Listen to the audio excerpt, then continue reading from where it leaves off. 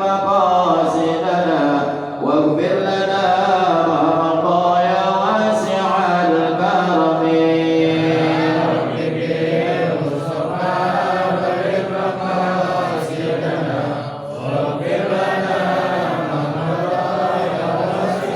محمد سيد الكونين والثقلين والفريقين من عرب ومن عجم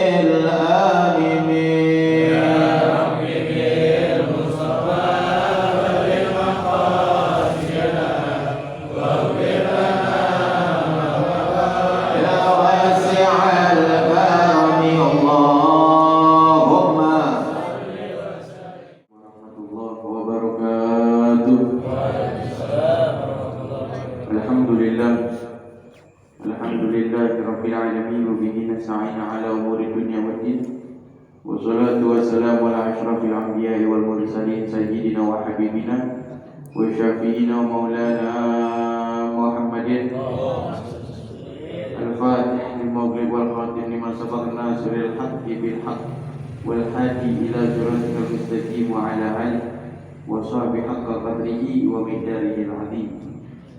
Qala Allah Ta'ala fil muhkam tanzilih wa huwa asdaqul qa'ilin. A'udzu billahi minasy syaithanir rajim. Bismillahirrahmanirrahim. Ya ayyuhalladzina amanu kutiba 'alaikumus syiyam kama kutiba 'alal ladzina min qablikum la'allakum tattaqun. Wa qala nabiyyuna Muhammadun sallallahu alaihi wasallam man faraha bi duhuli Ramadan harrama jasaduhu 'alan niran. Sadaqallah wa sadaqa rasuluhul karim wa nahnu 'ala dzalika minasy syahidin wa syakirin walhamdulillahi rabbil alamin. Hadratul muhtaramun yang sama-sama kita hormati, guru kita Ustaz Ahmad Firdaus dan juga Ketua DKM Shalah Al-Badr Saudara Ahmad Yusuf dan para orang tua yang hadir pada ini malam di Musholah Al-Badru Majelis Ta'lim rutin setiap malam Senin. Mudah-mudahan duduknya kita mendapatkan keridhaan dari Allah Subhanahu wa taala, dikuatkan iman Islam kita, ditingkatkan ketakwaan kita, dan mudah-mudahan duduknya kita dari mulai Syawal tahun kemarin sampai hari ini, mudah-mudahan ilmu kita dijadikan ilmu yang bermanfaat. Amin ya rabbal alamin. Alhamdulillah, puji syukur kita kehadirat Allah Subhanahu wa taala yang khususnya pada ini malam Allah Subhanahu wa taala masih memberikan kita nikmat Islam, nikmat iman, nikmat sehat wal afiyah, dan juga nikmat panjang umur sehingga kita bisa berkumpul di tempat yang kita cintai, masuknya pada tanggal sekarang 10 Sya'ban. Sebentar lagi masuk nisfu Sya'ban. Dikatakan malam nisfu Sya'ban tidak ada doa yang ditolak oleh Allah Subhanahu wa ta'ala kecuali bagi orang yang di dalamnya ada 3 unsur. Ada 3 unsur. Doa apa saja insya Allah diijabah. Mungkin agak diperlambat oleh Allah Subhanahu wa ta'ala karena kita ini semuanya belum tentu mampu. Kalau doa kita diijabah semuanya belum tentu mampu. Misalkan doa kita, ya Allah pengen punya mobil mewah misalkan, belum tentu kita mampu bayar pajaknya. Itu doa bila mana diijabah oleh Allah Subhanahu wa ta'ala. Keadaan kita sekarang misalkan diberi mobil yang mewah, kan itu misalkan doa kita seperti itu. Tapi kalau kita pikirkan belum mampu bayar belum mampu bayar pajaknya. Begitu juga nanti masuk bulan nisfu Sya'ban, doa kita yang banyak kepada Allah Subhanahu wa ta'ala. Doa apa aja? tidak akan ditolak oleh Allah Subhanahu wa taala, akan tetapi diijabah nunggu keadaan kita mampu menerima apa yang kita doakan kepada Allah Subhanahu wa taala. Kecuali 3 ini yang bila mana di dalam dirinya ada 3 unsur akan ditolak mentah-mentah doanya oleh Allah Subhanahu wa taala. Yang pertama asyirik. Orang yang di dalam dirinya ada sifat musyrik. Musyrik bukan berarti dia itu benar-benar keluar dari Islam, tidak. Musyrik itu ada kelompok-kelompoknya, ada bagian-bagiannya. Ada syirik khafi namanya. Ada kufur ataupun musyrik yang tingkatan rendah. Kayak seperti kiamat. Kiamat itu ada kiamat besar, ada kiamat kecil. Ini kita udah mulai masuk di kiamat kecil. Di sana sini fitnah, di sana sini perang, itu kiamat kecil. Setelah kiamat kecil, nomor timbullah Dajjal. Setelah Dajjal, timbullah hari kiamat yang benar-benar besar yang ditetapkan oleh Allah Subhanahu wa taala. Begitu juga musyrik, ada khafi. Namanya musyrik khafi. Di dalam diri kita ragu besok kita ini keadaannya kayak gimana. Itu musyrik yang khafi. Kayak harus hati-hati. Misalkan kita dalam keadaan tidak mendapatkan pekerjaan misalkan. Kemudian dalam hati kita bingung, besok nih anak istri makannya apa? Nah, kita tidak yakin kepada Allah Subhanahu wa taala yang sudah menetapkan makan dan minum kita, yang sudah menetapkan takdir baik dan buruk kita, yaitu Allah Subhanahu wa taala. Kan dalam firman Allah jelas, "Wa ma min dabbatin fil ard illa 'alallaha rizquha." Enggak ada makhluk yang melata. Kita ini kategori orang yang melata. Makhluk yang melata, yang berjalan itu melainkan ditetapkan rizkinya oleh Allah Subhanahu wa taala.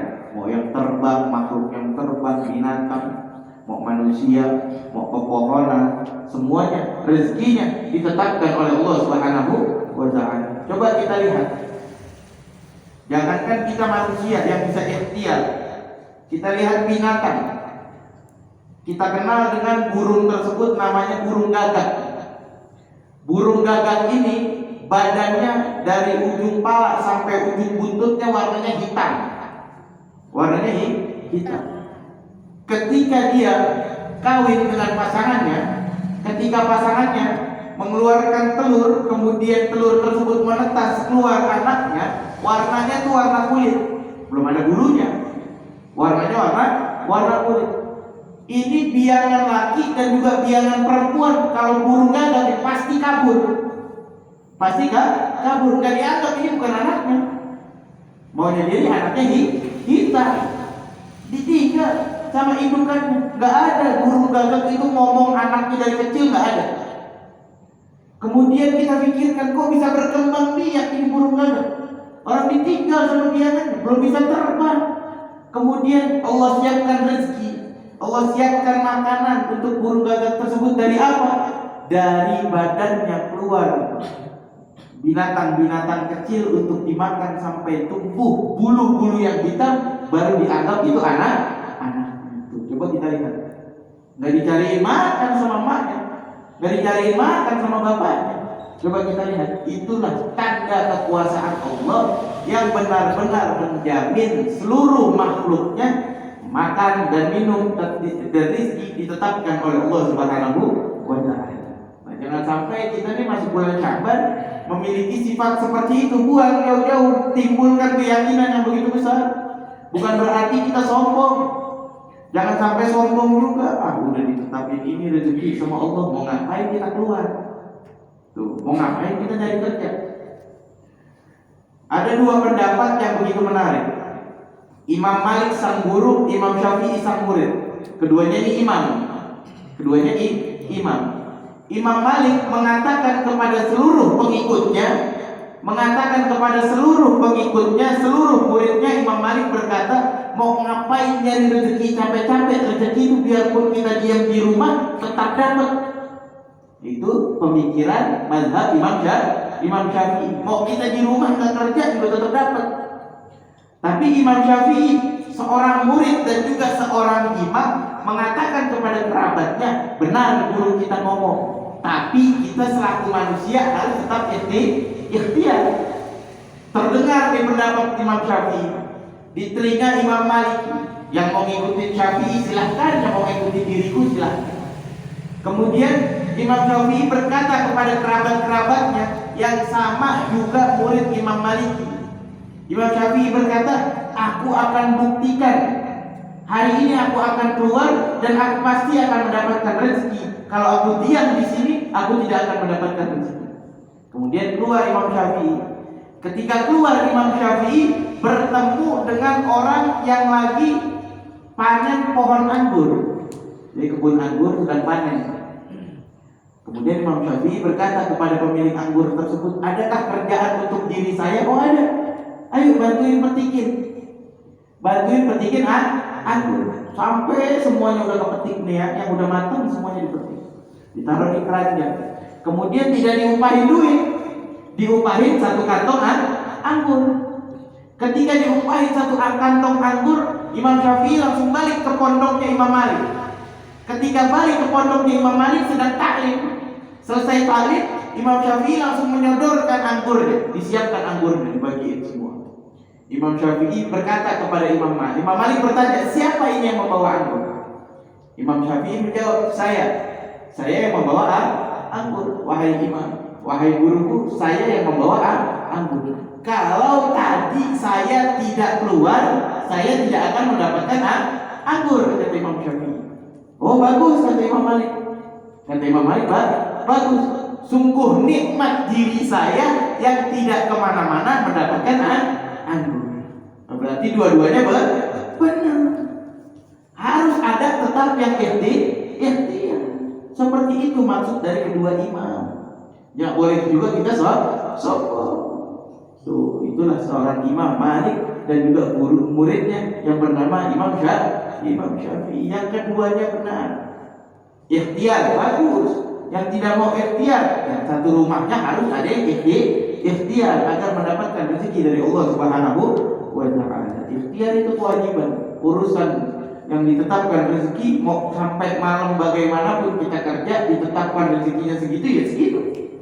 Tidak akan bertambah dan tidak akan berkurang, yang sudah ditetapkan oleh Allah Subhanahu wa ta'ala. Itu yang pertama, enggak boleh sampai kita ada sifat syirik, musyrik kepada Allah Subhanahu wa ta'ala. Yakin selain kepada Allah, jangan sampai. Dan yang kedua, orang yang uququl walidain, yang durhaka kepada kedua orang tua. Nah, masuk Sya'ban nih, punya salah sama orang tua, buru-buru minta maaf. Kalau masih ada, alhamdulillah. Harus kita gembirakan, harus kita senangi. Datang ke rumah orang tua, mungkin orang tua, karena orang tua itu bagi anak laki-laki, kita kan semua ini anak laki-laki, itu berbaktinya permanen, biarpun orang tua sudah meninggal. Kontan hatinya orang tua ini tersambung dengan Allah Subhanahu wa ta'ala. Jadi kita tidak boleh mengoreksi orang tua, itu tidak boleh, tugas kita. Bahkan ada yang bertanya kepada salah satu imam, bagaimana kalau orang tua kita nyimpang? Orang tua kita nyimpang, anaknya ini soleh, anaknya baik, orang tuanya nyimpang, keluar dari jalurnya Allah Subhanahu wa ta'ala. Yang menjawab Al-Quran langsung. Al-Quran berkata, fala tuti'huma bal sahib lahuma fid dunya ma'rufah. Kalau orang tua misalkan nyimpang, kemudian ngajak anaknya supaya nyimpang, ini anak yang benar diajak supaya nyimpang, jangan turutin, itu doang. Permintaan orang tua yang boleh kita tidak turutin. Kalau emang ajakannya itu menyimpang dari jalurnya Allah Subhanahu wa ta'ala. Fala tuti'huma, jangan turutin mereka dua. Bal sahib lahuma fid dunya ma'rufah. Akan tetapi berbuat baiklah kepada mereka sebagaimana kalian ditetapkan dan diajarkan oleh Nabi Muhammad Sallallahu Alaihi Wasallam. Tuh seperti itu. Tutur kata harus tetap baik. Kita misalkan dari anak yang dilebihkan ilmunya melebihi orang tua kita misalnya. Kita harus tetap bodoh di hadapan orang, harus tetap bodoh di hadapan orang tua. Itu yang diajarkan oleh Nabi. Itu yang diajarkan oleh Allah kepada baginda Nabi besar Muhammad Sallallahu Alaihi Wasallam. Yang hatinya orang tua ini tersambung kepada Allah Subhanahu Wa Taala. Karena dalam hadis sering kita dengar ridho Allah fi ridhol walidain. Ridhonya Allah ada di ridhonya orang tua.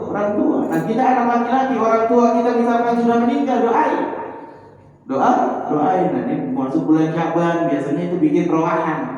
Kalau Betawi itu dulu bikin rowahan, kirim arwah, tulis. Sudah masuk bulan Syaban, ambil kertas lembar, tulis nama almarhum dan almarhumah, kumpulin tetangga. Itu untuk mendoakan orang tua yang sudah dipanggil oleh Allah Subhanahu wa Ta'ala. Dan yang ketiga, makanya kita diajarkan untuk ziarah. Untuk ziarah, terutama ziarah kepada orang yang masih hidup. Punya orang tua, ziarah kepada orang tua. Punya guru, ziarah ke guru. Punya kakak, ziarah ke kakak. Punya mamang, ziarah ke mamang. Punya nenek, ziarah ke nenek. Punya kakek, ziarah ke kakek. Karena orang yang ketiga yang doanya ditolak oleh Allah Subhanahu wa Ta'ala, orang yang memutuskan silaturahmi. Orang yang memutuskan silaturahmi, doanya kontan ditolak. Kan besok nih kita masuk minggu Syaban, kan baca Yasin 3 kali. Baca Yasin 3 kali habis maghrib sampai isya. Di masjid, di musola kita berjamaah membaca Yasin 3 kali dengan tujuan doanya beda-beda tuh. Itu doa gampang diterima, mudah diterima. Nisfu dari Syaban, nisfu itu artinya pertengahan. Makanya nisfu Syaban itu tanggal 15. Nisfu itu artinya setengah dari bulan Syakban. Kita introspeksi diri kita yang mengetahui kemana kita belum silaturahmi selama setahun, ataupun kita jarang berkomunikasi. Silaturahmi, ziarah. Yang masih hidup, kalau orang Betawi bilang dulu nyorok, bawain itu sembako, tentengan, kira itu orang tua kalau dibawain kayak begitu. Apalagi minyak lagi langka, bawa gembira itu biarpun setahun sekali menjadi kegembiraan. Nah gembiranya mereka jadi doa untuk kita. Itu yang diajarkan oleh baginda Nabi Muhammad Sallallahu Alaihi Wasallam, khususnya di bulan Syakban ini, untuk menyambut bulan Ramadan, agar di bulan Ramadan ini puasa kita keterima semua, ibadah kita keterima semua, tarawih kita keterima semua. Itu kuncinya ada di nisfu Syakban. Tuh, masuk bulan Syakban, bentar lagi pertengahan bulan Syakban. Bahkan nggak berasa kalau dari nisfu Syakban, nggak berasa masuk Ramadan. Man faraha biduhuli Ramadan harrama jasaduhu ala nir. Siapa yang gembira akan hadirnya bulan Ramadan, harrama jasaduhu ala nir, diharamkan jasadnya disentuh api neraka. Tandanya gembira kan puasa. Jangan saya gembira. Siang mah kakinya ngegantung. Kita kalau punya usaha, rumah makan, usahakan usahain tutup, buka habis asar, jangan takut rezeki kayak di Yaman. Al-Fakir merasakan di sana 2 kali bulan Ramadan di sana. 2 kali bulan Ramadan ngerasain. Itu warung kalau di Yaman, satu negara, bukan satu kota Tarim doang, satu negara. Mau nyari warung siang nggak bakal nemu. Nggak bakal. Itu warung semuanya kompak bukanya habis asar. Habis asar. Masuk maghrib tutup. Buka lagi habis tarawih sampai jam 3. Itu kehidupan di sana. Karena menghargai yang puasa itu lebih wajib. Tuh, jangan bahasanya dibalik. Kan sekarang lagi musim bahasanya dibalik. Menghormati yang tidak puasa. Padahal ada umat majusi ditaruh di surga oleh Allah Subhanahu wa Ta'ala bukan karena dia syahadat. Ditaruh di surga bukan karena dia ini beriman kepada Allah, tidak. ditaruh di surga karena rahmatnya Allah, karena dia pernah memukul anaknya yang makan di hadapan temannya yang sedang berpuasa. Itu kan berarti bahasanya menghargai yang puasa. Majusi bisa ditaruh di surga karena pernah mukul anaknya. Majusi itu penyembah api. Dipukul anaknya karena anaknya makan di hadapan teman-temannya yang sedang puasa. Kemudian Allah memberikan rahmat, ditaruh di surganya Allah Subhanahu wa ta'ala. Itu seperti itu. Dan khususnya buat diri Al-Fajir, apabila selama 1 tahun ini ada kesalahan, ada kekhilafan, karena insya Allah udah gak ketemu lagi nanti insya Allah bulan Syawal pas pembukaan. Besok insya Allah tanggal 20 di sini ada penutupan, adanya di wasilah subuh, ba'da subuh penutupan, dan Al-Fajir insya Allah kalau bisa hadir, kalau nggak bisa hadir Al-Fajir ucapkan mohon maaf yang seluas-luasnya apabila ada kesalahan dalam penyampaian, ada kekhilafan, mohon dibukakan pintu yang maaf yang seluas-luasnya. Insya Allah antum semua udah Al-Fajir maafkan. Insya Allah kita mendapatkan keridhaan dari Allah dan keridhaan dari baginda Nabi besar Muhammad sallallahu alaihi wasallam. Amin ya rabbal alamin. Ala hadhihi niyyah wa li kulli niyatin salih wa ala hadratin Nabi Muhammadin sallallahu alaihi wasallam bi sirri asraril Fatihah. A'udzubillahi minasyaitonir rajim. Bismillahirrahmanirrahim. Alhamdulillahirabbil alamin. Arrahmanir rahim. Maliki yaumiddin. Iyyaka na'budu wa iyyaka nasta'in. Ihdinas siratal mustaqim. Siratal ladzina an'amta 'alaihim ghairil maghdubi 'alaihim waladdallin. Amin. Assalamualaikum warahmatullahi wabarakatuh.